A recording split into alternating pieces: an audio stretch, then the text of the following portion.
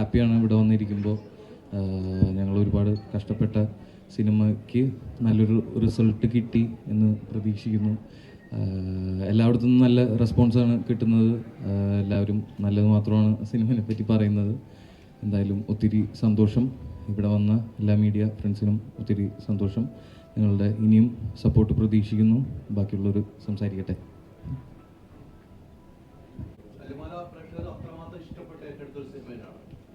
ഇത്തരം സബ്ജക്റ്റ് കഴിയുമ്പോൾ കാര്യത്തിന് ആദ്യം ഒരു ഭയം ഉണ്ടായിരുന്നു. എങ്ങനെ പ്രേക്ഷകരെ ഏറ്റെടുക്കും? ഞാൻ സിനിമ കണ്ടിട്ടില്ല എന്ന് പറഞ്ഞതല്ല, ഞാൻ 7 മണിക്കാണ് ഷോ ബുക്ക് ചെയ്തിട്ടുള്ളത്. ഈ ഒരു സബ്ജക്റ്റ് കൊണ്ട് വരുമ്പോൾ എങ്ങനെ പ്രേക്ഷകരെ ഏറ്റെടുക്കും? ഭയപ്പാടുണ്ടായിരുന്നു. സിനിമയുടെ ഒരു പോയിന്റിൽ പോലും നമുക്ക് അങ്ങനെ ഒരു ഭയം തോന്നിയിട്ടില്ല. കാരണം എന്താണെന്ന് വെച്ച് കഴിഞ്ഞാൽ നമ്മൾ ചൂസ് ചെയ്തിട്ടുള്ള സബ്ജക്റ്റിൽ അത്രയും കോൺഫിഡൻസ് ഉണ്ടായിരുന്നു. നമ്മളുടെ കൂടെയുള്ള വർക്ക് ചെയ്യുന്ന ടെക്നീഷ്യൻസ് ആൻഡ് ആർട്ടിസ്റ്റുകൾ എല്ലാവരോടും അത്ര കോൺഫിഡൻസ് ഉണ്ടായിരുന്നു. പിന്നെയെന്ന് വെച്ച് കഴിഞ്ഞാൽ ഇതൊരു നമ്മളൊരു സ്പോർട്സ് കോമഡി സിനിമയാണെങ്കിൽ പോലും, ഒരു സ്പോർട്സ് ജോണർ ഉണ്ടെങ്കിൽ പോലും നമ്മൾ മാക്സിമം ഒരു ഇതുവരെ കണ്ടിട്ടുള്ള ഒരു സ്പോർട്സ് സിനിമകളിൽ നിന്നെല്ലാം കുറച്ചെങ്കിലും മാറി നിൽക്കാൻ വേണ്ടി ട്രൈ ചെയ്തിട്ടുണ്ട്. സോ അത്തരമുള്ള ഒരു ട്രൈയും കൂടെ നമ്മൾ ചെയ്യുന്നുള്ളതുകൊണ്ട് ഉറപ്പായിട്ടും ത്രൂ ഔട്ട് ദ ഫിലിമിൻ്റെ പ്രോസസ്സിൽ നമ്മൾ വളരെ കോൺഫിഡൻറ്റ് തന്നെയായിരുന്നു.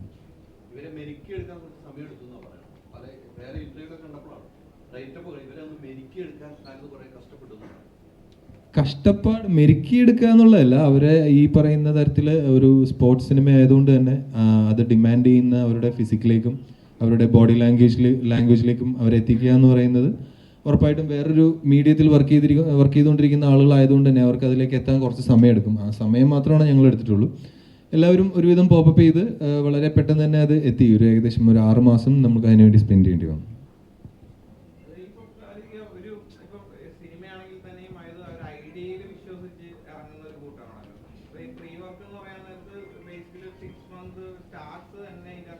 ടൈം സ്പെൻഡ് ചെയ്യുക എന്ന് പറയുന്നത് അല്ലെങ്കിൽ സക്സസ്ഫുൾ ആയിട്ടുള്ള ഒരു ഡയറക്ടറാണ് എന്ന അർത്ഥത്തിൽ തന്നെ നോക്കി കഴിഞ്ഞാൽ സാധിക്കും. ഇപ്പൊ നെസ്ലിനെ പോലെ ഇപ്പം പീക്ക് നിൽക്കുന്ന ഒരാള് അയാളുടെ 6 മാസം ഇൻവെസ്റ്റ് ചെയ്യുവാണ്. അപ്പം ബേസിക്കലി അത് എങ്ങനെയായിരുന്നു നോക്കി കണ്ടത് ഒരു ഡയറക്ടർ? അത് ഭയങ്കര ഒരു ഉത്തരവാദിത്വം കൂടിയാണ്. ഉത്തരവാദിത്തം എന്നുള്ള നിലയിൽ അത് ഒരു ആർട്ടിസ്റ്റ് നമ്മളെ അങ്ങനെ വിശ്വസിക്കുമ്പോൾ ഒരു 6 മാസം സ്പെൻഡ് ചെയ്യാൻ വേണ്ടി അയാൾ റെഡി ആകുമ്പോൾ ഒരു ആർട്ടിസ്റ്റുകൾ മാത്രമല്ല, ഒരു കൂട്ടം ആളുകളുണ്ട് അങ്ങനെ നമുക്ക് വേണ്ടി ടൈം സ്പെൻഡ് ചെയ്തിട്ടുള്ളത്. അപ്പോൾ അത്രയും പേര് നമ്മൾ വിശ്വസിക്കുമ്പോൾ ഉറപ്പായിട്ടും നമ്മൾ റെസ്പോൺസിബിലിറ്റി കൂടും. അവർ അത്രയും ഒരു എനിക്ക് തോന്നുന്നു സിനിമ നമ്മൾ ചെയ്യാൻ ഉദ്ദേശിക്കുന്ന സിനിമ പ്രോപ്പറായിട്ട് എനിക്ക് അവരിലേക്ക് കമ്മ്യൂണിക്കേറ്റ് ചെയ്യാൻ സാധിച്ചതുകൊണ്ട് തന്നെയാണ് അവർക്ക് അത്രയും വിശ്വാസം സിനിമയോടും ബാക്കി കഥയോടും വന്നതും അവരതിനു വേണ്ടി ടൈം സ്പെൻഡ് ചെയ്യാൻ റെഡി ആയിട്ടുള്ളൂ.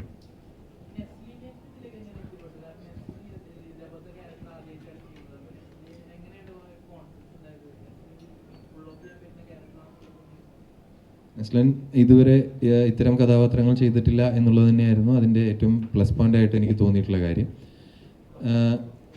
പിന്നെ എനിക്ക് തോന്നുന്നു ഇതിനു മുമ്പ് ഒരു ഇൻ്റർവ്യൂവിൽ പറഞ്ഞിട്ടുള്ള പോലെ എൻ്റെ ഫസ്റ്റ് ചോയ്സ് തന്നെയായിരുന്നു നെസ്ലൻ. നമ്മൾ വേറെ ഒരു ആർട്ടിസ്റ്റുകളിലേക്കും അങ്ങനെ ഒരു ജോജു എന്ന് പറയുന്ന ഒരു ക്യാരക്ടറിന് വേണ്ടി പിച്ച് ചെയ്തിട്ടില്ല. എന്തോ അദ്ദേഹം അത് ആദ്യമായിട്ട് കേട്ടു, ഓക്കെ പറഞ്ഞു, പിന്നെ എല്ലാം കൂളായിട്ട് പോയി.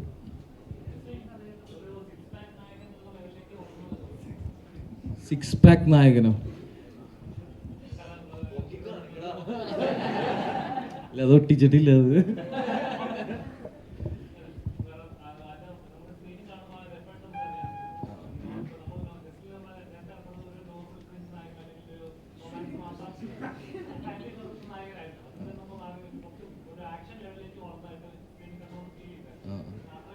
അല്ല, ഈ ബോഡി ട്രാൻസ്ഫോർമേഷൻ പറഞ്ഞല്ലോ, ഞാൻ മാത്രമല്ല ഈ ജേണിയിൽ ഇവരെല്ലാവരും തന്നെ ആ കട്ടയ്ക്ക് കൂടെ നിന്നതുകൊണ്ടാണ് ആ സ്ക്രീനിൽ അതിൻ്റെ ആ രസം കാണാൻ സാധിക്കുന്നത്. അപ്പോൾ ഇത്രയും അടിപൊളി ക്രൂവിൻ്റെ ഒപ്പം വർക്ക് ചെയ്യാൻ സാധിച്ചതാണ് എനിക്ക് തോന്നുന്നു ഭയങ്കര.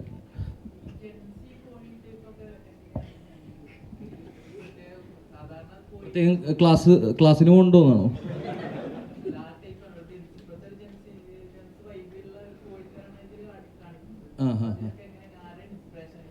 തീർച്ചയായിട്ടും റഹ്മാൻ ഖാൻ ഉണ്ട് അവിടെ, പിന്നെ നമ്മളുടെ ഡയലോഗ് റൈറ്റർ രതീഷ് ഏട്ടനുണ്ട്, പിന്നെ ഈ കൂട്ടത്തിൽ ആരാ അതിന്, അല്ല ജിംഷിക ഒഴികെ പോരെ.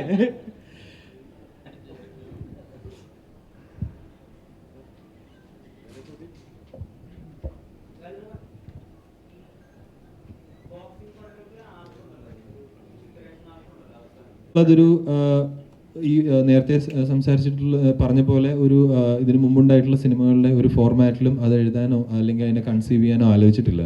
എന്തായിരുന്നോ അന്ന് ഞങ്ങൾ എക്സ്പീരിയൻസ് ചെയ്തിട്ടുണ്ടായിരുന്ന ആ ഒരു എക്സ്പീരിയൻസ് അതിൻ്റെ മാക്സിമം ഹോണസ്റ്റായിട്ട് അതേപോലെ തന്നെ ചെയ്യാനാണ് പ്ലാൻ ചെയ്തത്. അതുകൊണ്ടായിരിക്കാം അത്തരം സിറ്റുവേഷൻസും നിങ്ങൾ പറഞ്ഞ പോലെ അതുണ്ടാവാൻ.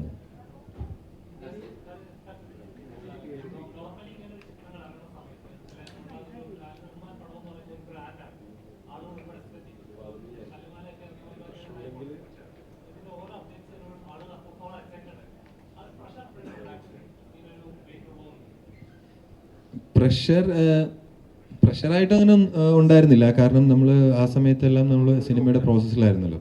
അപ്പോൾ ചെയ്യുന്ന വർക്കിൽ നമ്മൾ ഫുൾ കോൺഫിഡൻ്റ് ആയിരുന്നു, നമ്മൾ അത് എൻജോയ് ചെയ്തുകൊണ്ടിരിക്കുകയായിരുന്നു. അതുകൊണ്ട് തന്നെ എക്സ്റ്റേണൽ പ്രഷറുകളൊന്നും അങ്ങനെ എഫക്റ്റ് ആയിട്ടുള്ളതായിട്ട് എനിക്ക് തോന്നില്ല.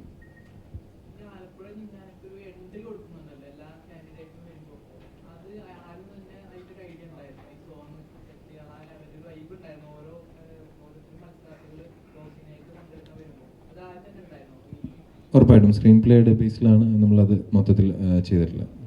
സിനിമാറ്റോഗ്രാഫി എന്ന് പറയുന്നത് ഭയങ്കര ലിമിറ്റഡ് സ്പേസ് ഉണ്ടല്ലോ. ഇപ്പം റിക്കിന്റെ ഉള്ളിൽ നടക്കുന്ന പോർഷൻ ആണെങ്കിലും ഷോർട്സ് ഒക്കെ ഭയങ്കര പ്ലാൻഡ് ആയിട്ട് അത് ഒരു പ്രീ റിഹേഴ്സലൊക്കെ ചെയ്ത് 1-2 തവണ ചെയ്ത് നോക്കിയിട്ട് ഷോർട്സ് ഫിക്സ് ചെയ്യുന്ന തരത്തിലേക്ക് അത്രയും എഫേർട്ട് എടുത്തിട്ട് ഓരോ ഷോർട്സും ചെയ്യുന്നുണ്ടോ? അതെങ്ങനെയായിരുന്നു അതിന്റെ ഒരു ഡിസൈനും കാര്യങ്ങളൊക്കെ?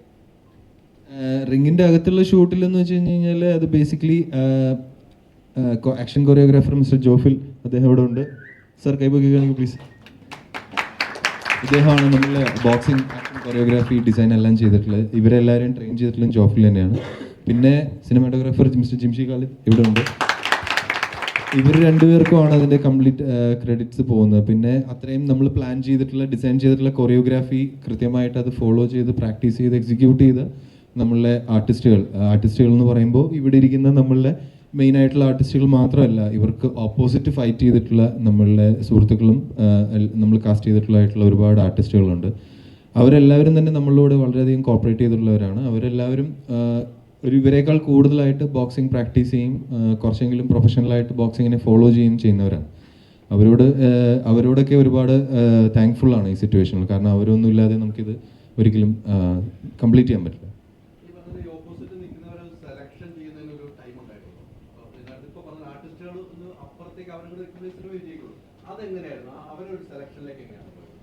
അവരെ സെലക്ട് ചെയ്യാൻ പറ്റിയത് എല്ലാം ഞാൻ പറഞ്ഞല്ലോ, നമ്മളുടെ ബോക്സിംഗ് സഹജമായിട്ടുള്ള എല്ലാ നമ്മളുടെ റിസോഴ്സുകൾ ഡെവലപ്പ് ചെയ്യുകയും എക്സ്പാൻഡ് ചെയ്യുകയും നമുക്കെല്ലാം കളക്റ്റീവായിട്ട് ചെയ്തതെല്ലാം ജോഫിലാണ്. അപ്പോൾ ജോഫിലിൻ്റെ സുഹൃത്തുക്കളുടെയും ഗ്രൂപ്പിൽ നിന്ന് നമ്മൾ ചൂസ് ചെയ്തിട്ടുള്ള കേരളത്തിൻ്റെ ഡിഫറെൻറ്റ് ഏരിയകളിൽ നിന്നുള്ള ഫൈറ്റേഴ്സാണ് അവരെല്ലാവരും. അതിൽ യദു, സനു, വൈഷ്ണവ്, അക്ബർ അവരെല്ലാവരും തന്നെ എനിക്ക് തോന്നുന്നു സ്റ്റേറ്റ് ലെവലിലും നാഷണൽ ലെവലിലും ഫൈറ്റ് ചെയ്യുന്ന ആളുകളാണ്.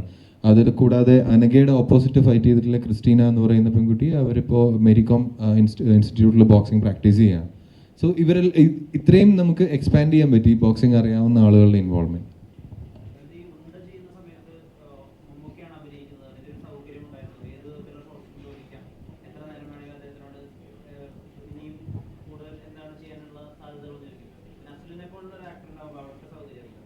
നസ്ലൻ അവിടെ ഉണ്ടോ എന്നുള്ളതാണ് ഏറ്റവും വലിയ സൗകര്യം.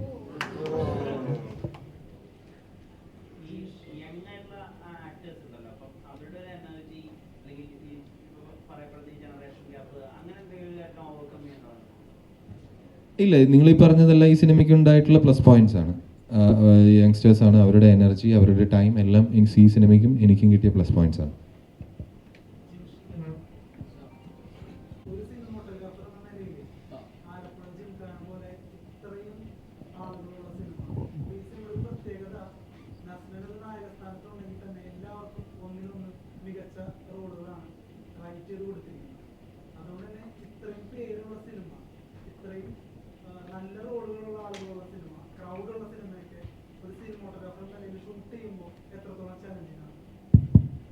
അതായത് ചോദ്യം, ഇപ്പോൾ ഒരു സീനിനകത്ത് ഈക്വലി ഇമ്പോർട്ടൻസ് ഉള്ള മൾട്ടിപ്പിൾ ആക്ടേഴ്സ്, അതായത് 5, 6 അല്ലെങ്കിൽ അതിൽ കൂടുതൽ ആക്ടേഴ്സ്, ഈക്വലി ഡയലോഗ് എക്സ്ചേഞ്ച് ഉള്ള ആക്ടേഴ്സ് തമ്മിൽ നിന്ന് പെർഫോം ചെയ്യുമ്പോൾ എങ്ങനെ നമ്മളത് കമ്പോസ് ചെയ്യും?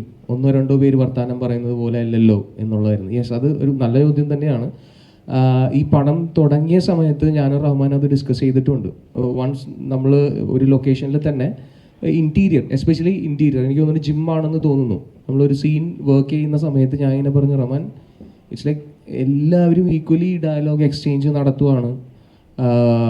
പിന്നെ ഒരു സീൻ ഷൂട്ട് ചെയ്യുമ്പോൾ അല്ലെങ്കിൽ നമ്മൾ ഷൂട്ട് ചെയ്യാൻ ഉള്ള പ്രിപ്പറേഷൻ നടത്തുമ്പോൾ പോലും നമുക്കൊരു ആ സീൻ എത്ര മിനിറ്റ് വരെ പോവാം എന്നുള്ളൊരു കാൽക്കുലേഷൻ ഉണ്ടായിരിക്കണം. ഇപ്പോൾ ഒരു മിനിറ്റ് സീനാണെങ്കിൽ നമ്മൾ ആ ഷൂട്ട് തീരുമ്പോഴും നമ്മളത് 1 മിനിറ്റിലേക്കുള്ള കണ്ടന്റ് ആക്കി നിർത്താൻ തന്നെ ശ്രമിക്കണം.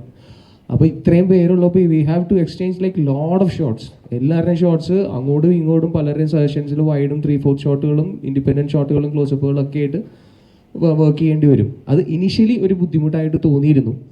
Initially in the sense second ഷെഡ്യൂളിലാണ് ആ ബുദ്ധിമുട്ടുണ്ടായിരുന്നത്. കാര്യം എന്ന് വെച്ച് കഴിഞ്ഞാൽ ഫസ്റ്റ് ഷെഡ്യൂളിൽ നമ്മൾ ആക്ഷൻ സീക്വൻസ് ആണ് ഷൂട്ട് ചെയ്തത്. മോർ ടോക്കി സീൻസും ഇവരുടെ കോമ്പിനേഷൻസ് ഒക്കെ ഇരുന്ന് സംസാരിക്കുന്ന സീൻസ് നമ്മൾ ചെറിയ ലൊക്കേഷൻസിലൊക്കെ വർക്ക് ചെയ്യേണ്ടി വന്നിട്ടുള്ളത് എസ്പെഷ്യലി ഫസ്റ്റ് ഹാഫിലാണ്. ബട്ട് ഗ്രാജ്വലി നമ്മളത് ട്വീക്ക് ചെയ്തു എന്ന് വേണം പറയാൻ. ഗ്രാജ്വലി നമ്മളത് ട്വീക്ക് ചെയ്തു. നമ്മളെല്ലാ ആർട്ടിസ്റ്റിനെയും വിളിച്ചിട്ട് തന്നെ നമ്മൾ ഒരു സീൻ പ്രിപ്പയർ ചെയ്യുമ്പോഴേക്കും ഇന്ന ആൾ ഇവിടെ ഇരിക്കൂ അല്ലെങ്കിൽ ഇന്ന ആൾ അവിടെ നിന്നാൽ മതി എന്ന് പറയുന്ന പോലെ അല്ല. നമ്മൾ എല്ലാ ആക്ടേഴ്സിനെ വെച്ചിട്ട് ആ സ്പോട്ടിൽ സ്ക്രീൻ ഡിസ്കസ് ചെയ്യുന്ന സമയത്ത് പോലും ഐ മീൻ അവർക്കൊരു ലിബർട്ടി നമ്മൾ കൊടുക്കാൻ ശ്രമിക്കുമായിരുന്നു. എടാ ഇതിപ്പോൾ നിങ്ങൾ എവിടെ ഇരിക്കുക, ഞാൻ ഇങ്ങനെ ഇരുന്നോളാം അല്ലെങ്കിൽ ഞാൻ ഇവിടെ ഇരുന്നോളാം എന്ന് പറയുന്ന ഒരു പ്ലേസ്മെൻറ്റിൽ നമ്മളത് ട്വീക്ക് ചെയ്തെടുത്തു എന്ന് വേണം പറയാൻ. താങ്ക് യു, ഗുഡ് ക്വസ്റ്റ്യൻ മാൻ.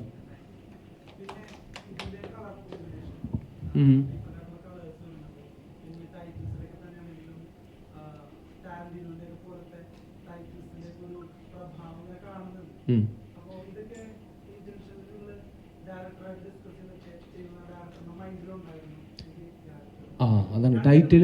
അല്ല, ബേസിക്കലി ടൈറ്റിലിനെ കുറിച്ച് എനിക്ക് കൂടുതൽ എക്സ്പ്ലെയിൻ ചെയ്യാൻ പറ്റില്ല. കാര്യം എന്ന് വെച്ച് കഴിഞ്ഞാൽ അതിൻ്റെ ഡിസിഷനൊക്കെ ഒരുപാട് കഴിഞ്ഞിട്ട് വന്ന കേസാണ്. എന്ന് വെച്ച് കഴിഞ്ഞാൽ ഷൂട്ടൊക്കെ കഴിഞ്ഞതിന് ശേഷം once it comes to the palette and the colour tone നമ്മളത് ഡിസ്കസ് ചെയ്തിട്ടുണ്ട്. എന്നാലും ഇപ്പം നിങ്ങൾ കാണുന്ന ഔട്ട്പുട്ട് എന്താണോ അത്രയും ക്ലിനിക്കലായിട്ട് നമ്മളതിൻ്റെ ഡിസ്കഷൻസ് ഒന്നും നടന്നിട്ടില്ല. ബട്ട് യെസ്, പാലറ്റിനെ കുറിച്ചൊക്കെ ഒബ്വിയസ്ലി നേരത്തെ തന്നെ ചർച്ച ചെയ്തിട്ടുണ്ട്. സോറി.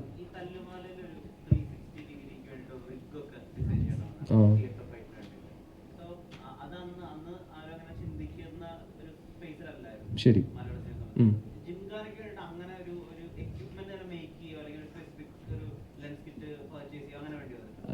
ഒന്നും ചെയ്തിട്ടില്ല, നത്തിങ്. അതായത് ജിംഖാനയിൽ എസ്പെഷ്യലി ഞാനൊരു ഇപ്പോൾ ഇവിടെ നിൽക്കുന്ന ഫോട്ടോഗ്രാഫേഴ്സിനൊക്കെ മനസ്സിലാവും, ഞാൻ ഇപ്പോൾ പ്രോബബ്ലി ഒരു ട്രൈപോഡ് പോലും യൂസ് ചെയ്തിട്ടില്ല.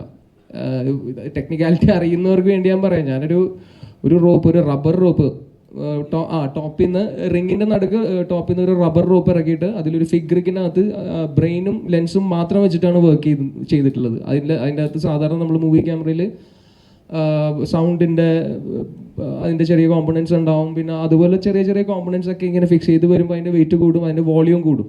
അതൊക്കെ മാക്സിമം ചെറുതാക്കാൻ വേണ്ടിയിട്ട് just the brain and the camera. പിന്നെ ഞാൻ അതിൻ്റെ ഫ്രണ്ടിൽ ഒരുപാട് ഫിൽറ്റേഴ്സ് ഒക്കെ ഇട്ട് ഷൂട്ട് ചെയ്യാൻ ഇഷ്ടപ്പെടുന്ന ഒരാളാണ്. അതൊക്കെ സാക്രിഫൈസ് ചെയ്യേണ്ടി വന്നു. ബട്ട് യാ, ക്വസ്റ്റ്യന് ഞാനത് ഒന്നും ചെയ്തിട്ടില്ല, ഹാൻഡിൽഡ് ആയിരുന്നു മൊത്തം.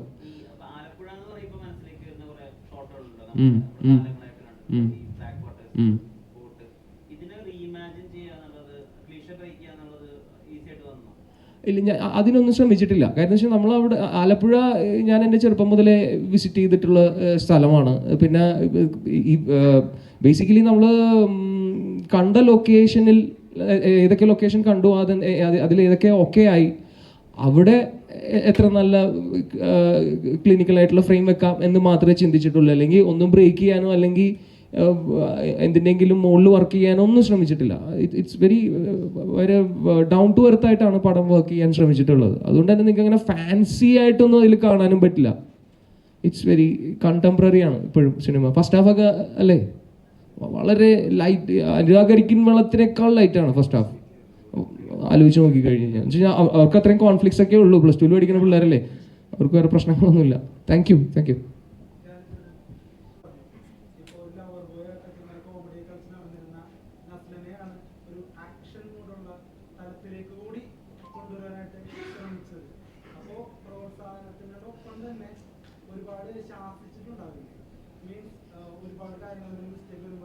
ഗൗരവം കാണിക്കാറുണ്ടോ? മാനേജ് എല്ലാം ഓക്കെ ഇല്ല, അങ്ങനെ മാനേജ് ചെയ്യാൻ ബുദ്ധിമുട്ടൊന്നും ഉണ്ടായില്ല. അങ്ങനെ മാനേജ് ചെയ്യാൻ പറ്റാത്ത സാഹചര്യങ്ങൾ വരുമ്പോൾ ഞങ്ങളൊരു 30 സെക്കൻഡ്സ് 1 മിനിറ്റ് എക്സ്ട്രാ സ്പാർ ചെയ്യും. സ്പാർ ചെയ്യുക എന്ന് പറഞ്ഞു കഴിഞ്ഞാൽ ബോക്സേഴ്സ് തമ്മിൽ പരസ്പരം ഇടിച്ച് പ്രാക്ടീസ് ചെയ്യുന്നതിനെയാണ് സ്പാറിംഗ് എന്ന് പറയുന്നത്. അപ്പോൾ അത് ആ ഒരു സെഷൻ കഴിയുമ്പോഴേക്കും ബാക്കിയെല്ലാം ശരിയാവും. എല്ലാം ക്യാമറ ട്രിക്കല്ലേ, കൊണ്ടേക്കുന്ന ഇടിയല്ല. പിന്നെ നസ്ലിനോട് ഒരു ചോദ്യം. ഇപ്പൊ ആരാധകരുടെ ഭാഷയിൽ പറഞ്ഞു കഴിഞ്ഞാല് ഇന്ന് 4 സിനിമകൾ റിലീസ് ഉണ്ടായിരുന്നു. ഫ്ലാഷ് റിലീസ് എന്നൊക്കെ പറയും. അപ്പോ മമ്മൂക്കയുടെ ബസൂക്കയുണ്ട്. നസ്ലിന്റെ ആലപ്പുഴ ജിംഖാനയാണ് ഏറ്റവും പ്രമുഖ ചിത്രങ്ങളിൽ ഒന്ന്. പിന്നെ മമ്മൂക്കയുടെ ബസൂക്ക. അപ്പൊ ശരിക്കും പറഞ്ഞു കഴിഞ്ഞാല് മമ്മൂക്കയുടെ ബസൂക്കയായിട്ടാണ് ഫ്ലാഷ് റിലീസ്. പക്ഷെ ഫിലിം ഇൻഡസ്ട്രി എന്ന് നോക്കുമ്പോൾ സൗഹാർദ്ദപരമായിട്ട് നമുക്ക് അതിനെ കാണാം. പക്ഷെ ഏതൊരു വ്യക്തിയുടെയും സ്വപ്നമാണല്ലോ മമ്മൂക്ക, ഒരു നടൻ, വളർന്ന ഒരു നടൻ. അപ്പോ നസ്ലിന് ആദ്യമായിട്ടാണ് തോന്നുന്നു മമ്മൂക്കയുടെ ഒരു റിലീസ് വരുന്നത് നസ്ലിന്റെ കരിയറിൽ. അപ്പൊ ഈ ഒരു ഫ്ലാഷ് റിലീസിനെ എങ്ങനെ നോക്കി കാണുന്നു എന്നുള്ളത്? അതിനെപ്പറ്റിയൊന്നും കൂടുതൽ ചിന്തിച്ചില്ല. ഒന്നാമത്തെ സമയം കിട്ടിയില്ല ഇതിൻ്റെ പ്രൊമോഷനും കാര്യങ്ങളൊക്കെ ആയിട്ട്. പിന്നെ ഞാൻ തീർച്ചയായിട്ടും ഈ ബാക്കിയുള്ള സിനിമകൾ കാണാൻ വേണ്ടി വെയിറ്റ് ചെയ്തിരിക്കുന്ന ഒരാൾ തന്നെയാണ് ഞാൻ. ഇപ്പോൾ ഇതിൻ്റെ തിരക്കിൽ നിന്ന് ഒഴിഞ്ഞിട്ട് വേണം ബസൂക്ക ആണെങ്കിലും മരണമാസമാണെങ്കിലും മറ്റുള്ള സിനിമകളാണെങ്കിലും കാണാൻ വേണ്ടിയിട്ട്. അപ്പോൾ ഭയങ്കര സന്തോഷമുണ്ട്. അപ്പോൾ ഇതിപ്പോൾ ഇങ്ങനെ പറയുമ്പോൾ തന്നെ, അല്ലെങ്കിൽ അതങ്ങനെ ആളുകൾ സംസാരിക്കുന്നുണ്ട് എന്നൊക്കെ അറിയുമ്പോൾ തന്നെ ഒത്തിരി സന്തോഷമുണ്ട്.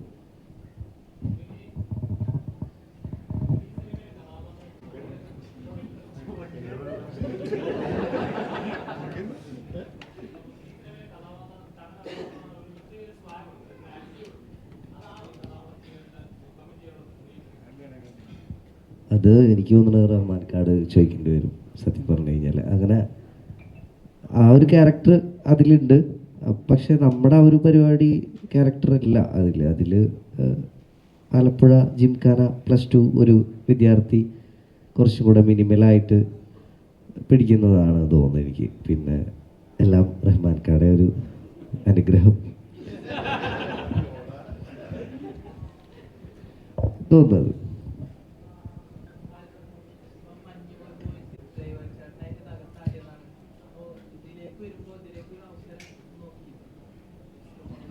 സ്വന്തം സിനിമയില പിന്നെ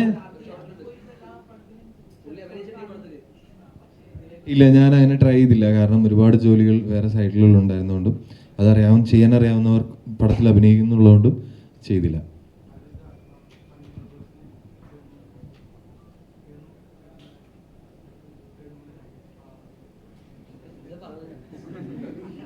ഗണുവിൻ്റെ കൂടെ വർക്ക് ചെയ്തതിൻ്റെ ഒരു കാരണം എന്താണെന്ന് വെച്ച് കഴിഞ്ഞാൽ ഗണപതിയുടെ കൂടെ എന്ന് പറഞ്ഞു കഴിഞ്ഞാൽ ഞങ്ങൾക്ക് എല്ലാവർക്കും വളരെയധികം ബഹുമാനമുള്ളൊരു വ്യക്തിയാണ്. കാരണം ഞങ്ങളുടെ കൂട്ടത്തിൽ ഈ ഇരിക്കുന്ന മറ്റാരെക്കാളും എനിക്ക് തോന്നുന്നു ഞങ്ങളുടെ എക്സ്പീരിയൻസ് കൂടുതലുള്ള പലരുടെയും പ്രായത്തിനേക്കാൾ വലുതാണ് ഗണപതിയുടെ എക്സ്പീരിയൻസ്. അപ്പോൾ അതുകൊണ്ട് തന്നെ അദ്ദേഹം കൂടെ വർക്ക് ചെയ്യുന്നു, അദ്ദേഹത്തിൻ്റെ കൂടെ വർക്ക് ചെയ്യാൻ പറ്റുക എന്ന് പറയുന്നത് വളരെ അധികം ഞങ്ങൾ എൻജോയ് ചെയ്തിട്ടുള്ളൊരു പ്രോസസ്സാണ്. കാരണം അത്ര എക്സ്പീരിയൻസ് ഉള്ള ഒരാൾ ഈ പിള്ളേരുടെ കൂടെ അത്ര സെയിം എഫേർട്ട് ഇട്ട് വർക്ക് ചെയ്യുക എന്ന് പറയുന്നത് വലിയൊരു കാര്യമല്ലേ. അപ്പോൾ വി ആർ സോ ഗ്രേറ്റ്ഫുൾ. പക്ഷേ കേണോ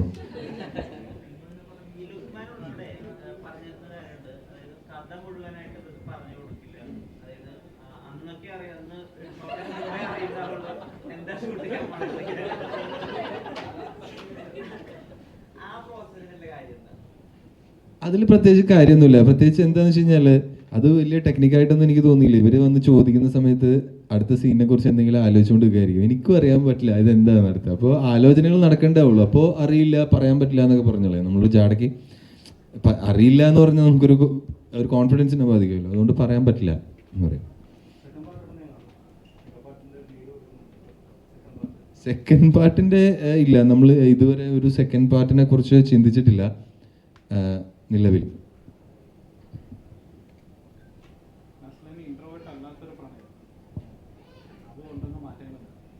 അല്ല, അത് തന്നെയാണ് ഈ ക്യാരക്ടർ അല്ലെങ്കിൽ ഈ പ്രൊജക്റ്റ് ഞാൻ പിക്ക് ചെയ്യാൻ കാരണവും അതാണ്. ഇതുവരെ ചെയ്തതിൽ നിന്ന് കുറച്ചുകൂടി ഡിഫറെൻ്റ് ആയിട്ടുള്ളൊരു ക്യാരക്ടറാണ്. മൊത്തത്തിലുള്ള മൂഡ് വേറെയാണ് പടത്തിൻ്റെ.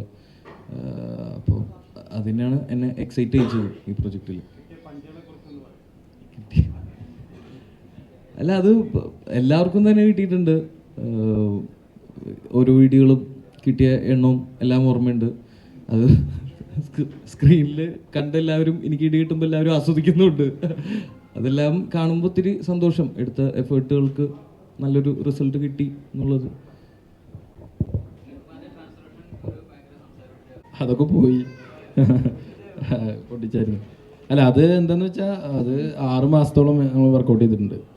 അലി ഷിഫാസ് എന്ന് പറഞ്ഞ ട്രെയിനറായിരുന്നു ഞങ്ങളെ വർക്ക് ചെയ്യിപ്പിച്ചിരുന്നത്. അപ്പോൾ അതിൻ്റെ അവരൊക്കെ അങ്ങനെ അത്രയും പ്രഷർ എന്നതുകൊണ്ട് വേറെ വഴി ഉണ്ടായില്ല. അങ്ങനെയായിരുന്നു.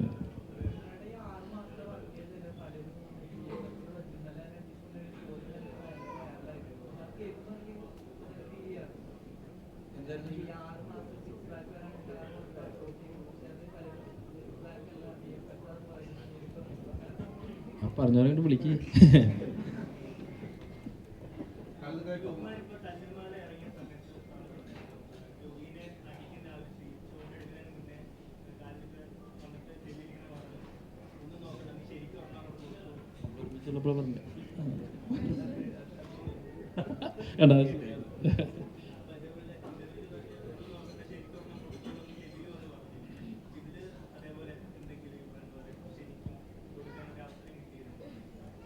ഇല്ല, ഇതിലങ്ങനെ ശരി ഒരു തവണ ഉണ്ടായിട്ട് തോന്നുന്നുണ്ടല്ലേ. അല്ല, അങ്ങനെ എന്താന്ന് വെച്ചാൽ ഇതൊക്കെ ശരിക്കും കൊടുക്കുന്നതുകൊണ്ട് അത് ചിലപ്പോൾ ആ ഷോട്ടിന് അത്രയും അങ്ങനെ ആ ടച്ച് അങ്ങനെ തോന്നണം, അങ്ങനത്തെ ഷോട്ടായിരിക്കും. അപ്പോൾ അത് ഡിമാൻഡ് ചെയ്യുന്നതുകൊണ്ടാണ് അതങ്ങനെ. അല്ലാതെ നമ്മൾ ഇപ്പോൾ ഒരു ഫൈറ്റ് സീക്വൻസിൽ എല്ലാം കൊടുത്തുകൊണ്ട് ഇത് സിനിമയാണല്ലോ, എല്ലാം ടച്ച് ചെയ്ത് നമുക്ക് ചെയ്യാൻ പറ്റില്ലല്ലോ, ഇത് കഴിഞ്ഞിട്ട് ജീവിക്കണ്ടേ. അപ്പോൾ അതുകൊണ്ട് തന്നെ അത് അങ്ങനത്തെ 1-2 ഷോട്ടുകളിൽ ചിലപ്പോൾ സംഭവിക്കാം. അപ്പോൾ ഇതിലും അങ്ങനെ ഒരു ഷോട്ടിൽ ഉണ്ടായിട്ടുണ്ട് അല്ലേ, അത് ഓർമ്മയില്ലേ? ഉണ്ടായിട്ടുണ്ട്. നിർമ്മാതാവാണ്, സംവിധായകനാണ്. നമുക്ക് കഴിഞ്ഞ കുറേ ദിവസമായി സിനിമയുടെ റിലീസ് കഴിയുമ്പോൾ തിയേറ്റർ ഓടിക്കൊണ്ടിരിക്കുമ്പോൾ സിനിമയുടെ ബജറ്റ് പുറത്തു പോകാം, അതിന് എത്ര രൂപയാണ് മുടക്ക്, എത്ര രൂപയാണ് തിയേറ്ററിൽ കിട്ടുന്നത്. അങ്ങനെ വിടുന്ന സമയത്ത് പല സിനിമകളും നിന്നു പോകുന്നൊരു ഘട്ടം വരുന്നുണ്ട്. അതുമായി ബന്ധപ്പെട്ട് ചാക്കോച്ചൻ ഒരു തുറന്നെഴുത്ത് മനോരമ പത്രത്തിൽ എഴുതിയത്, തന്റെ സിനിമ ഇത്ര കോടി കളക്ട് ചെയ്ത് എങ്ങനെയാണ് ഈ സിനിമയ്ക്ക് ഇത്ര കളക്ട് ചെയ്തത്. ഇപ്പോൾ ആലപ്പുഴ ജില്ലാതെ ഓടിക്കൊണ്ടിരിക്കുകയാണ്. ഇതിന്റെ ഇറക്കാനുള്ള സാധ്യത നമ്മൾ കാണും. അത്തരം രീതി ഒരു നിർമ്മാതാക്കളുടെ സംഘടന തുടർന്നാൽ, താങ്കൾ നിർമ്മാതാവും കൂടെ ആയതുകൊണ്ടാണ്, അത് സിനിമയൊക്കെ ബാധിക്കും. ഒരു ബിസിനസ് നടന്നുകൊണ്ടിരിക്കുമ്പോഴായിരിക്കും ചിലപ്പോൾ സിനിമയുടെ റൈറ്റ്സുകൾ ഇത്രയാണ്, ഇത്ര എമൗണ്ട് ആ തിയേറ്ററിൽ കിട്ടിയിട്ടുണ്ടെന്ന് പറയുമ്പോൾ ഒരു നടനെ ബാധിക്കും. ആ നടന്റെ സിനിമയ്ക്ക് ഇത്ര പൈസ കിട്ടുന്നത് ആ നടനെ ഭാവിയിൽ ബാധിക്കും. താങ്കൾ നിർമ്മാതാവാണ്, ഡയറക്ടറിനെ ബാധിക്കും. അങ്ങനെ ഒരു കീഴ്വഴക്കം ഇതിനു മുമ്പ് മലയാള സിനിമ ഉണ്ടായിട്ടില്ല. അത് തുടർന്നാൽ സിനിമയ്ക്ക് മോശമാകും. ഞാനൊരു നിർമ്മാതാവ് ഇന്ന് ആണ് ഇപ്പോൾ സിനിമ റിലീസായിട്ടേ ഉള്ളൂ. ഇതുവരെയുള്ള കാര്യങ്ങളെ ആസ് എ നിർമ്മാതാവ് എന്നുള്ള രീതിയിൽ ഞാൻ എക്സ്പീരിയൻസ് ചെയ്തിട്ടുള്ളൂ. ഇതിന് മുമ്പുള്ള സിനിമകളൊക്കെ വേറെ നിർമ്മാതാക്കളാണ്. ഇപ്പോൾ ചേട്ടൻ പറഞ്ഞ കാര്യങ്ങളൊക്കെ ഇപ്പോൾ ഇനിയിപ്പോൾ എനിക്ക് തോന്നുന്നു മാസാവസാനമോ പുതിയ മാസങ്ങളിലോ ആണെന്ന് തോന്നുന്നു പ്രൊഡ്യൂസർ അസോസിയേഷൻ ഇങ്ങനെ ചാർട്ട് പുറത്തേക്ക് വിടുന്നത്. അവരത് വിട്ടാലാണ് ഇനി എൻ്റെ സിനിമയ്ക്ക് എന്ത് സംഭവിക്കും, അല്ലെങ്കിൽ ആ സംഭവം കൊണ്ട് എൻ്റെ സിനിമയ്ക്ക് എന്താണ് ബുദ്ധിമുട്ടാണോ അല്ലെങ്കിൽ പോസിറ്റീവായിട്ടാണോ സംഭവിക്കുക, അല്ലെങ്കിൽ സോഷ്യൽ ഇമേജ് എങ്ങനെ ഉണ്ടാകും എന്നുള്ളതൊക്കെ എനിക്ക് എക്സ്പീരിയൻസ് ചെയ്യാൻ പറ്റിയിട്ടുള്ളൂ. ഇപ്പോൾ ഹൈദരൊക്കെ പറഞ്ഞ ഈ കാര്യങ്ങൾ ഞാൻ കൂടുതലായിട്ട് എനിക്കതൊന്നും ഫോളോ ചെയ്യാൻ പറ്റിയിട്ടില്ല. കാരണം ലാസ്റ്റ് ഒരു 6 മാസം 7 മാസമൊക്കെ ആയിട്ട് ഞാൻ ഈ സിനിമയുടെ പോസ്റ്റ് പ്രൊഡക്ഷനും കാര്യങ്ങളൊക്കെ ആയിട്ട് തന്നെ വർക്കിലായിരുന്നു. അപ്പോൾ അതുകൊണ്ട് തന്നെ ടു മച്ച് ഓഫ് ഇൻവോൾവ്മെൻറ്റ് ഉണ്ടായിട്ടില്ല എനിക്ക്. അതുകൊണ്ട് തന്നെ അതിൻ്റെ സോഷ്യൽ എന്താണ് അതിനുള്ള ഇമ്പാക്റ്റ് എന്നുള്ള കാര്യങ്ങൾ എനിക്കറിയില്ല. നമുക്ക് നോക്കാം. പിന്നെയെന്ന് വെച്ച് കഴിഞ്ഞാൽ വളരെ സീനിയർ ആയിട്ടുള്ള ആളുകളാണ് ഇത്തരം അസോസിയേഷൻ്റെ ടോപ്പിലിരിക്കുന്നതും ഡിസിഷൻ മേക്ക് ചെയ്യുന്നതും കാര്യങ്ങളൊക്കെ വളരെ എക്സ്പീരിയൻസ്ഡ് ആയിട്ടുള്ള ആളുകളാണ്. അവർ എന്താണ് ഉദ്ദേശിക്കുന്നത് എന്നുള്ളത് ആസ് എ പ്രൊഡ്യൂസർ അല്ലെങ്കിൽ ആസ് എ ഡയറക്ടർ ഫ്യൂച്ചറിൽ എന്താണ് സംഭവിക്കാൻ പോകുന്നതെന്ന് നോക്കിക്കാണാൻ ഞാനും വളരെ എക്സൈറ്റഡ് ആണ്. കാരണം ചേട്ടൻ പറഞ്ഞ പോലെ പുതിയ കാര്യമാണ്. ഇതുപോലെ തന്നെ ഈ താരങ്ങളുടെ പ്രതിഫലത്തിന്റെ കാര്യം, വിജയിച്ചിങ്ങനെ പോയിരുന്നു. അപ്പോൾ താരങ്ങൾ അമിത പ്രതിഫലം വാങ്ങുന്നു, അത് നിയന്ത്രിക്കണം. ഇങ്ങനെയൊക്കെയാണ് നിർമ്മാതാക്കളുടെ സംഘടന പറഞ്ഞുകൊണ്ടിരിക്കുന്നത്. അപ്പൊ ആ കാര്യങ്ങളൊക്കെ പറഞ്ഞുകൊണ്ടിരിക്കുന്ന ഓരോരുത്തർക്കും വിജയത്തിലേക്ക് നമുക്ക് നമ്മുടെ പ്രതിഫലം നമുക്ക് കൂട്ടേണ്ട ആവശ്യമുണ്ട്. അല്ലെ, നമ്മുടെ സിനിമ വിജയിക്കുമ്പോഴാണ് എല്ലാവരുടെയും പ്രതിഫലം കൂട്ടാം. അപ്പൊ അതിനെതിരെ ഒരു ശബ്ദം ഉയർത്തും. ഒരു സിനിമ വിജയിച്ചാൽ ആ നടൻ വീണ്ടും പ്രതിഫലം കൂട്ടുന്നു, 1 കോടി മേടിക്കുന്ന ആൾ 2 കോടി മേടിക്കുന്നു എന്നൊക്കെ ഇവർ പറഞ്ഞു. അത് നിങ്ങളെ പോലുള്ള ഇപ്പോൾ വരുന്ന യുവ തലമുറയ്ക്ക് അത് ബാധകമാവുന്നുണ്ട്.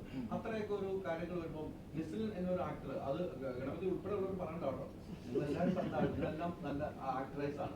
അങ്ങനെ വരുമ്പോൾ 200 കോടിയൊക്കെ പറയണം, നിങ്ങൾ ഇവർക്ക് ബാധിക്കുന്നുണ്ടോ?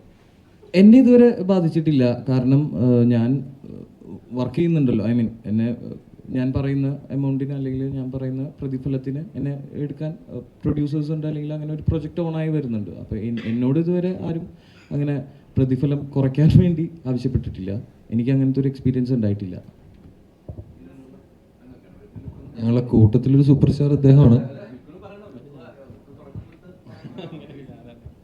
എന്താ ചോദിച്ചത്? എനിക്ക് തോന്നുന്നു ഞാൻ അതിപ്പോൾ സംസാരിക്കാൻ എനിക്ക് അങ്ങനെ സിറ്റുവേഷൻ ഒന്നും ഉണ്ടായിട്ടില്ല. അങ്ങനെ പ്രതിഫലം കൂടുതൽ കൂടുതൽ കറക്റ്റ് പൈസ പോയി വാങ്ങുള്ളൂ.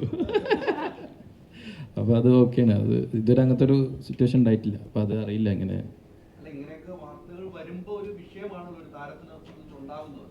വാർത്തകൾ ഞാൻ കാണുന്നുണ്ട്, പക്ഷെ അത് എനിക്ക് പേഴ്സണലി എനിക്ക് അറിയില്ല. അത് നമുക്ക് അറിയുമ്പോഴല്ല അതിൻ്റെ അത്രയും സ്റ്റാർസൊക്കെ അത് വാങ്ങുമ്പോഴായിരിക്കും അറിയില്ല. ഇനി അങ്ങനെ ആകുമ്പോൾ ഞാൻ നോക്കാം. അപ്പം ഞാൻ ഇതിന് ആൻസർ പറയാം. ചോദിച്ച പ്രതിഫലം കിട്ടിയാലല്ലേ ഇതൊക്കെ പരാതിപ്പെടേണ്ട കാര്യമുള്ളൂ. ഇല്ലില്ല, എനിക്ക് അങ്ങനത്തെ പരാതികളോ അങ്ങനത്തെ പ്രശ്നം വരുന്നില്ല. നമ്മളിപ്പോൾ എനിക്കറിയില്ല, ആ അത്തരം മേഖലയിലേക്കൊന്നും നമ്മൾ എത്തിയിട്ടില്ല. അപ്പോൾ നമുക്ക് ഹാപ്പിയാണ്. ഇപ്പം ഉണ്ടാകുന്ന പരിപാടികളിലൂടെ നമുക്ക് അത്യാവശ്യം ചോദിക്കുന്ന പരിപാടികളൊക്കെ കിട്ടുന്നുണ്ട്. ഹാപ്പിയാണ്. നമ്മൾ വർക്ക് ചെയ്യുന്ന ആൾക്കാരോട് ഹാപ്പിയാണ്. അതിൽ കൂടുതലൊന്നും സംസാരിക്കാൻ എനിക്ക് ഇതിൽ ആളല്ല, അതുകൊണ്ടാണ്.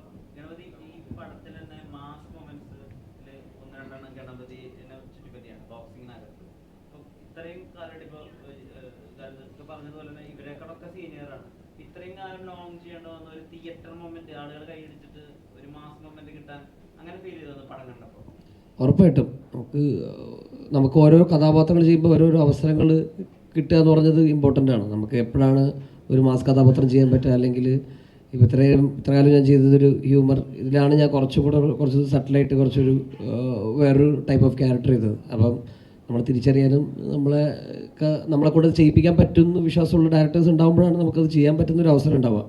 അപ്പോൾ അതിൽ ഞാൻ ഭയങ്കര ഹാപ്പിയാണ്.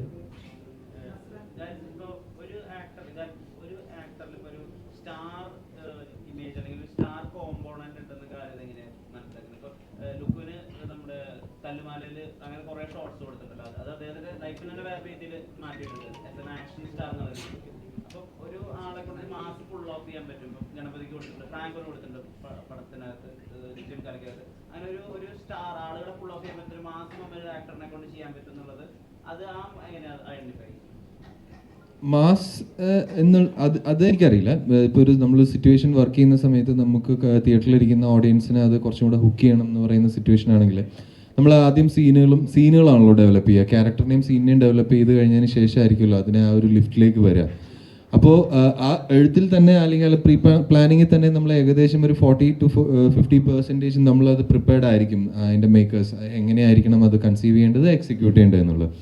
പിന്നെ നമ്മൾ അങ്ങോട്ടേക്ക് ചൂസ് ചെയ്യുന്ന ഒരു ആക്ടർ എന്ന് പറയുന്നത് അദ്ദേഹത്തിൻ്റെ ക്യാപ്പബിലിറ്റിയാണ്.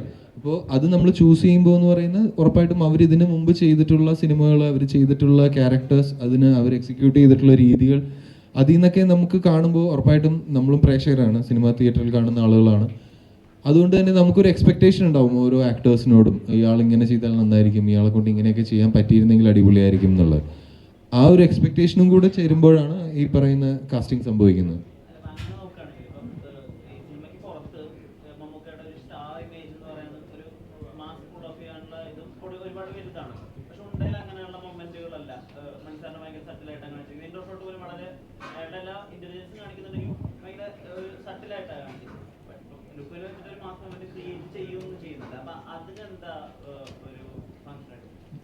ലുക്കല്ലല്ലോ മമ്മൂട്ടി, അത് വേറെ ആളല്ലേ. അപ്പോൾ സംഭവം എന്താണെന്ന് വെച്ച് കഴിഞ്ഞാൽ, പിന്നെ മമ്മൂക്കായുടെ ഇവിടെ വർക്ക് ചെയ്യുന്ന സമയത്ത് ഞാൻ ചെയ്യാൻ ഉദ്ദേശിച്ച സിനിമ എന്ന് പറയുന്നത് ഇത്തരം ഒരു സിനിമയല്ല. നിങ്ങൾ കണ്ട പോലെ ഉണ്ടാന്ന് പറയുന്ന ഒരു സബ്ജക്റ്റാണ്.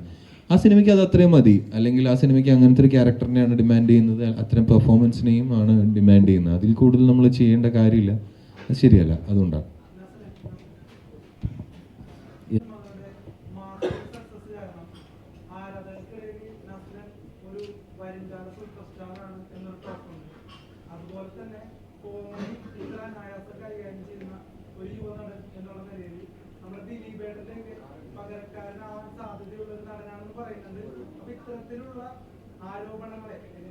ആരോപണങ്ങളാണോ അത്? നല്ലതല്ലേ? അല്ല, ഒരിക്കലും ഞാൻ അടുത്തൊരു ദിലീപേട്ടനായിട്ടോ അല്ലെങ്കിൽ അദ്ദേഹമൊക്കെ ചെയ്തു വെച്ചിരിക്കുന്ന ക്യാരക്ടേഴ്സും അല്ലെങ്കിൽ അദ്ദേഹത്തിൻ്റെ കഴിവൊക്കെ നമുക്ക് അറിയുന്നതാണ്. ഒരിക്കലും അദ്ദേഹത്തോടൊന്നും ഉപമിക്കാൻ ഞാനായിട്ടില്ല എന്ന് ഉള്ള സ്വയമായിട്ടുള്ള ബോധ്യമുണ്ട്. പിന്നെ അതും ആദ്യത്തെ സൂപ്പർ സ്റ്റാർ, ഞാൻ അങ്ങനത്തെ ഒരു സ്റ്റാർ ആവണം എന്ന് കരുതി സിനിമയിൽ വന്ന ഒരാളുമല്ല. ഇപ്പോൾ ചെയ്യുന്ന സിനിമകൾ അല്ലെങ്കിൽ ചെയ്യുന്ന കഥാപാത്രം, എനിക്ക് ഇഷ്ടപ്പെടുന്ന കഥാപാത്രങ്ങൾ, ഇഷ്ടപ്പെടുന്ന സിനിമകൾ ചെയ്യുക എന്നുള്ളത് മാത്രമേ ഉള്ളൂ എൻ്റെ ആഗ്രഹം.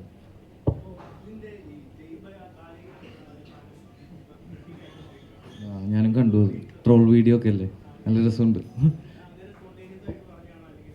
അല്ലാതെ അവിടുത്തെ ഓഡിയൻസ്, തെലുഗു ഓഡിയൻസ് പറഞ്ഞതാ, ഞാനായിട്ട് പറഞ്ഞതല്ല. എനിക്ക് വെറുതെ അവിടെ പോയി സ്റ്റേജിൽ നിന്ന് ബാലയ്യാന്ന് വിളിക്കാൻ വട്ടൊന്നുമില്ലല്ലോ. അവിടുത്തെ സ്റ്റുഡൻസ് എല്ലാവരും ബാലയ്യയുടെ പേര് വിളിച്ച് പറഞ്ഞപ്പോൾ അത് പറയേണ്ട സിറ്റുവേഷൻ വന്നതുകൊണ്ട് പറഞ്ഞതാണ്.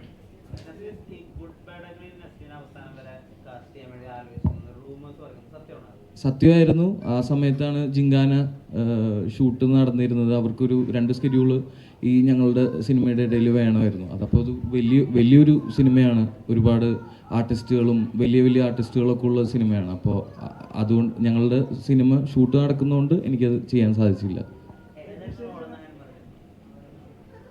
അജിത് സാറിൻ്റെ മോൻ.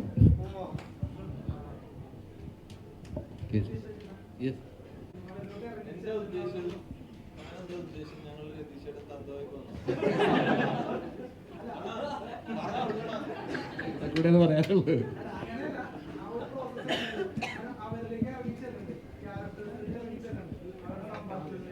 ഇല്ല, എനിക്ക് ഭയങ്കര എളുപ്പമായിരുന്നു. റഹ്മാൻ്റെ ഒരു സപ്പോർട്ട് ഭയങ്കരമായിട്ട് ഉണ്ടായിരുന്നു. പിന്നെ അങ്ങനെ ഒരു ഗ്രൂമിങ്ങിൽ ഇവരെല്ലാവരും സെറ്റായിരുന്നു. പിന്നെ അവരാണ് ഏറ്റവും കൂടുതൽ എന്നെ കളിയാക്കിക്കൊണ്ടിരുന്നത്. പിള്ളേർ ആണെങ്കിൽ അവരൊന്നാണെങ്കിൽ ഞാനൊരു ചൂടായി ആ തന്ത്രവിവാന്ന് പറയും, ആ കൈൻഡ് പറഞ്ഞത് ഞാൻ എന്ത് പറഞ്ഞാലും അതിനെല്ലാത്തിനും ഒരു കൗണ്ടേഴ്സൊക്കെ അവർക്കെല്ലാവർക്കും ഉണ്ടായിരുന്നു. പക്ഷേ എനിക്ക് കൂടുതലായിട്ട് അവരിലേക്ക് എടുക്കണേക്കാൾ അപ്പുറം റഹ്മാനെ ബോധ്യപ്പെടുത്തിയാൽ മതിയായിരുന്നു പലപ്പോഴും. ഞാൻ ഓരോ ആർട്ടിസ്റ്റിൻ്റെ കൊണ്ടുപോയി സ്ക്രിപ്റ്റ് കൊടുക്കുന്ന പരിപാടി അങ്ങനെ ഒന്നുമില്ലായിരുന്നു. റഹ്മാൻ്റെ സ്ക്രിപ്റ്റ് കൊടുക്കുക, റഹ്മാനത് മനസ്സിലായിട്ടുണ്ടെങ്കിൽ റഹ്മാനായിരിക്കും എല്ലാവരോടും അത് കൂടുതലായി കമ്മ്യൂണിക്കേറ്റ് ചെയ്യുക. പിന്നീട് അവിടെ ഉണ്ടാവുന്ന പ്രോസസ്സിലൊക്കെ ആയിരിക്കും സപ്പോർട്ട് ചെയ്യേണ്ടി വരിക. അല്ലാതെ ഞാൻ പോയി ഇവരുമായിട്ടിരുന്നിട്ട് സ്ലാങ് കണ്ടുപിടിക്കുക എന്നുള്ള പരിപാടിയൊന്നും ഇല്ലായിരുന്നു. അല്പം കൂടെ എളുപ്പമായിരുന്നു പരിപാടി.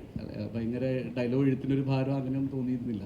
പക്ഷേ സീനുകളെല്ലാം റഹ്മാൻ തലേദിവസം രാത്രി 1 മണിയൊക്കെ ആകുമ്പോഴായിരിക്കും നാളെ ഷൂട്ട് ചെയ്യാൻ പോണ സീൻ എഴുതിക്കൊണ്ട് വരാൻ പറഞ്ഞ് തരിക. അപ്പോൾ പക്ഷേ അതൊരു രസമായിരുന്നു.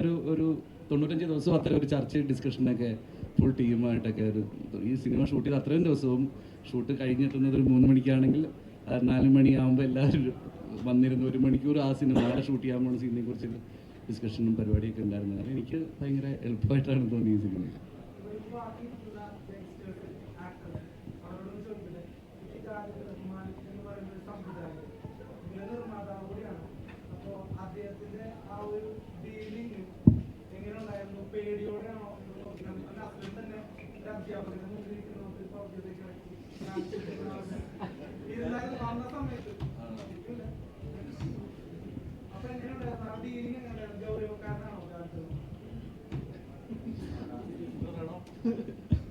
ഇല്ല, ഞാൻ അധികം എക്സ്പീരിയൻസ് വന്നിട്ടില്ല. ഞാൻ ഫാലിനി എന്ന് പറയുന്നൊരു സിനിമയാണ് ഇതിന് മുന്നേ ചെയ്തിട്ടുള്ളത്.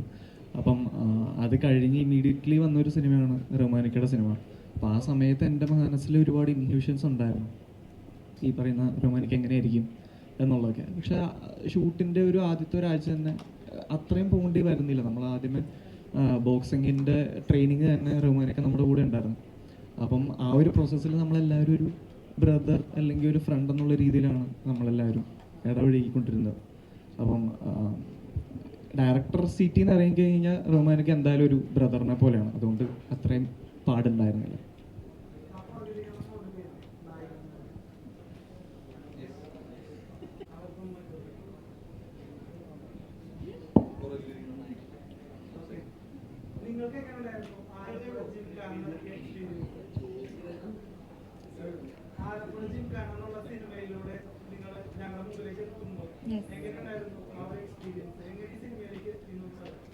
ഈ സിനിമയിലേക്ക് എത്തിയത് ഓഡിഷൻ വഴി തന്നെയാണ്.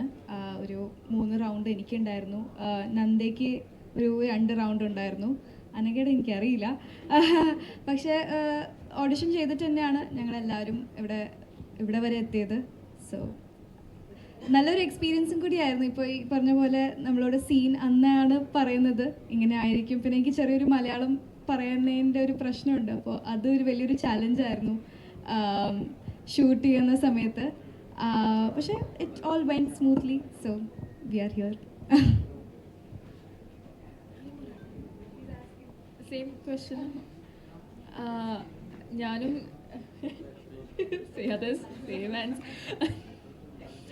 ഞാനും ഓഡീഷൻ വഴിയാണ് വന്നത്. ആൻഡ് എന്താ പറയുക, എൻ്റെ ഫസ്റ്റ് മൂവിയാണ്. അപ്പം എക്സ്പീരിയൻസ് അടിപൊളിയാണ്. ഇത്രയും നല്ലൊരു കാസ്റ്റ് ആൻഡ് ക്രൂവിൻ്റെ കൂടെ വർക്ക് ചെയ്യാൻ, ഫസ്റ്റ് മൂവിയിൽ വർക്ക് ചെയ്യാൻ എന്നൊക്കെ പറയുന്നത് വലിയൊരു ലക്കാണ്. അപ്പോൾ അതുകൊണ്ട് ഐം ലക്കി ആൻഡ് കുറേ പഠിക്കാൻ പറ്റി. അങ്ങനെ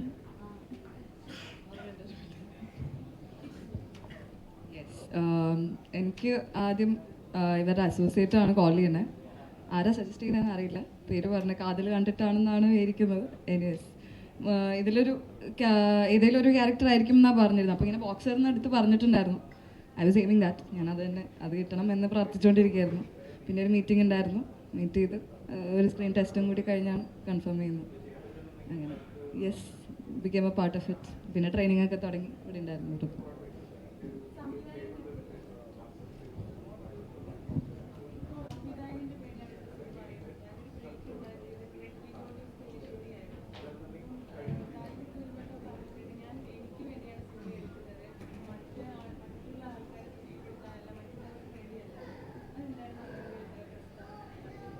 അതങ്ങനെ ആയതുകൊണ്ടാണ്. കാരണം അത് ഞാനങ്ങനെ അതൊരു ജാടയ്ക്ക് വേണ്ടിയിട്ടോ ഒരു അഹങ്കാരത്തിൻ്റെ പുറത്തോ പറഞ്ഞതല്ല. നമ്മളെ സന്തോഷിപ്പിക്കാൻ വേണ്ടി തന്നെ ഒരു കാര്യം ചെയ്യുമ്പോഴാണല്ലോ നമ്മളത് മാക്സിമം എൻജോയ് ചെയ്ത് ചെയ്യുകയും അതിൻ്റെ ഔട്ട്പുട്ട് നന്നായിരിക്കാൻ നമ്മൾ ഏറ്റവും കൂടുതൽ ഹാർഡ് വർക്ക് ചെയ്യുകയും ചെയ്യുന്നത്. അത് തന്നെയുള്ളൂ അതിൻ്റെ ഒരു റീസൺ ആയിട്ടുള്ളത്. അല്ലാതെ അതിൽ പ്രത്യേകിച്ച് ഒന്നുള്ളതായിട്ട് തോന്നുന്നില്ല. പിന്നെ ഇവിടെ ഇരിക്കുന്നവരിൽ ഒരുവിധം എല്ലാവരെയും തന്നെ നിങ്ങൾക്ക് പരിചയം ഉണ്ടാവും. അത് ഷോൺ. അടുത്തിരിക്കുന്നത് മിസ്റ്റർ സമീർ. അദ്ദേഹം ഈ സിനിമയിൽ എൻ്റെ കോ പ്രൊഡ്യൂസറാണ്. അദ്ദേഹത്തിൻ്റെ ഹെൽപ്പാണ് ഈ സിനിമയുടെ ഇതുവരെയുള്ള. അദ്ദേഹം മാത്രമല്ല, ഞങ്ങളുടെ കൂടെയുള്ള സുബീഷുണ്ട്, ജോബിനുണ്ട്, അവരൊക്കെ ഇവിടെ ഉണ്ട്. ഞങ്ങളുടെ കയറിയിട്ടില്ല എന്നേ ഉള്ളൂ. പിന്നെ അതിനുശേഷം സന്ദീപ്. ഇത് ശ്രീനിയാണ് ഈ സിനിമയുടെ തിരക്കഥ എൻ്റെ കൂടെ ജോയിൻ ചെയ്ത് തുടക്കം മുതൽ ഈ സിനിമയിൽ ആദ്യം ജോയിൻ ചെയ്ത ഒരു ടെക്നിക്കൽ റൈറ്റർ ഡിപ്പാർട്ട്മെൻറ്റിലുള്ളൊരു കക്ഷിയാണ്. ഇത് പിന്നെ അറിയാലോ, ഇവരൊക്കെ ആക്ടേഴ്സാണ്. പുറകിലിരിക്കുന്നവരെ നിങ്ങൾക്കറിയാം. ജോഫിൽ നേരത്തെ പറഞ്ഞ പോലെ തന്നെ ജോഫിലിൻ്റെ ടീമിൻ്റെ ഹെൽപ്പുമാണ് ഈ സിനിമ ഇവിടെ ഇത്രയും എത്തി നിൽക്കാനും ഞങ്ങൾക്ക് ഇത്രയും വലിയൊരു സക്സസ് കിട്ടാനും കാരണമെന്നാണ് ഞാൻ വിശ്വസിക്കുന്നത്. സോ ഞങ്ങളുടെ ഇൻവിറ്റേഷനിൽ ഇവിടെ വന്ന എല്ലാവർക്കും ഒരുപാട് നന്ദിയുണ്ട്.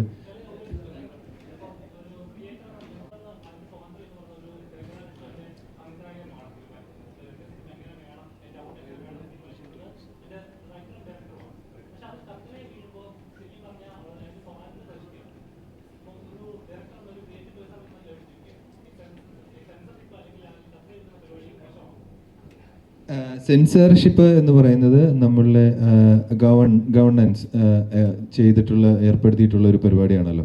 അപ്പോൾ അവരൊരു കാര്യം ചെയ്യുമ്പോൾ എന്ന് പറയുമ്പോൾ നമുക്ക് എന്തെങ്കിലും അതിനൊരു നല്ല കാര്യം ഉണ്ടാവും, ചീത്തവശങ്ങളുണ്ടാവും. അതുപോലെ തന്നെ സെൻസർഷിപ്പ് എന്ന് പറയുന്ന ആ ഒരു പ്രക്രിയയ്ക്ക് ഞാനൊരു ക്രിയേറ്റീവ് ആർട്ടിസ്റ്റാണ്. ഞാൻ ക്രിയേറ്റീവായിട്ട് സിനിമകൾ ഉണ്ടാക്കുന്ന ആളാണ്. അപ്പോൾ പേഴ്സണലി അതിനോട് സെൻസർഷിപ്പിനോട് നിങ്ങൾക്ക് എന്താണ് താല്പര്യം എന്ന് ചോദിച്ചാൽ, ആസ് എ ക്രിയേറ്റീവ് ആർട്ടിസ്റ്റ് എനിക്ക് അതിനോട് ബുദ്ധിമുട്ടുണ്ട്, എതിർപ്പുണ്ട്. പക്ഷേ ഒരു ഇന്ത്യൻ നാഷണലിസ്റ്റ് അല്ലെങ്കിൽ ഒരു പൗരൻ എന്നുള്ള രീതിയിൽ ഞാനത് ചിന്തിപ്പിക്കുമ്പോൾ ഉറപ്പായിട്ടും സെൻസർഷിപ്പ് വേണം എന്ന് തന്നെയാണ് ഞാൻ പറയുക. കാരണം നല്ല രീതിയിൽ, അത് മോശമാവാനോ ഒരാളുടെ ജോലി ഉപദ്രവിക്കാനോ ഉള്ള രീതിയിലല്ല. കാരണം സിനിമ എന്ന് പറയുന്ന ബിഗ് മീഡിയ ആണ്, ഒരുപാട് പേരെ ഇൻഫ്ലുവൻസ് ചെയ്യാൻ സാധിക്കുന്ന ഒരു മീഡിയ ആണ്. അപ്പോൾ അതുകൊണ്ട് തന്നെ അതിനെ നെഗറ്റീവായിട്ടും എങ്ങനെ വേണമെങ്കിലും നമുക്ക് ഉപയോഗിക്കാം. നമ്മൾ ഒരുപാട് പ്രൊപ്പഗണ്ട സിനിമകൾ കാണുന്നുള്ള ആളുകളാണ്. സോ അതുകൊണ്ട് തന്നെ സെൻസർഷിപ്പിന് അതിൻ്റെതായ നല്ല വശങ്ങളും ദൂഷ്യവശങ്ങളും ഉണ്ട്. അതാണ് ഞാൻ നേരത്തെ പറഞ്ഞത്, ആവിഷ്കാര സ്വാതന്ത്ര്യമുള്ള ആർട്ടിസ്റ്റ് എന്നുള്ള നിലയിൽ എനിക്ക് അതിനോട് സെൻസർഷിപ്പിനോട് ഭയങ്കര എതിർപ്പാണ്. ഞാൻ ചെയ്യുന്ന സിനിമയോട് കത്തിവെക്കുക എന്ന് പറയുന്നത്.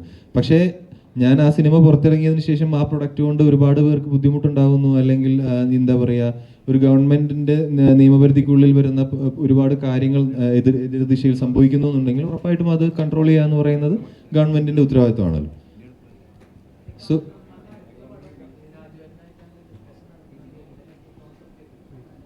ഒരുപാട് ഡിസ്കഷൻസ് നടന്നു എന്നേ ഉള്ളൂ. അതിലൊന്നും ഇതുവരെ തീരുമാനം ഉണ്ടായിട്ടില്ല. ഞാനും വളരെയധികം എക്സൈറ്റഡ് ആയിട്ട് എക്സ്പെക്ട് ചെയ്യുകയാണ് എന്തായിരിക്കും അടുത്ത സിനിമ എന്നുള്ളത്. ഇനിയെങ്കിലും ഒരു വേറൊരു സിനിമ ചെയ്യണം, നല്ലൊരു സിനിമ ചെയ്യണം എന്നൊരു ആഗ്രഹമുണ്ട്. So thank you so much. അങ്ങനെയല്ല, ഇതിനേക്കാൾ നല്ലൊരു സിനിമ ചെയ്യണം എന്നുള്ളതാണ് അടുത്തൊരു ആഗ്രഹം. Thank you.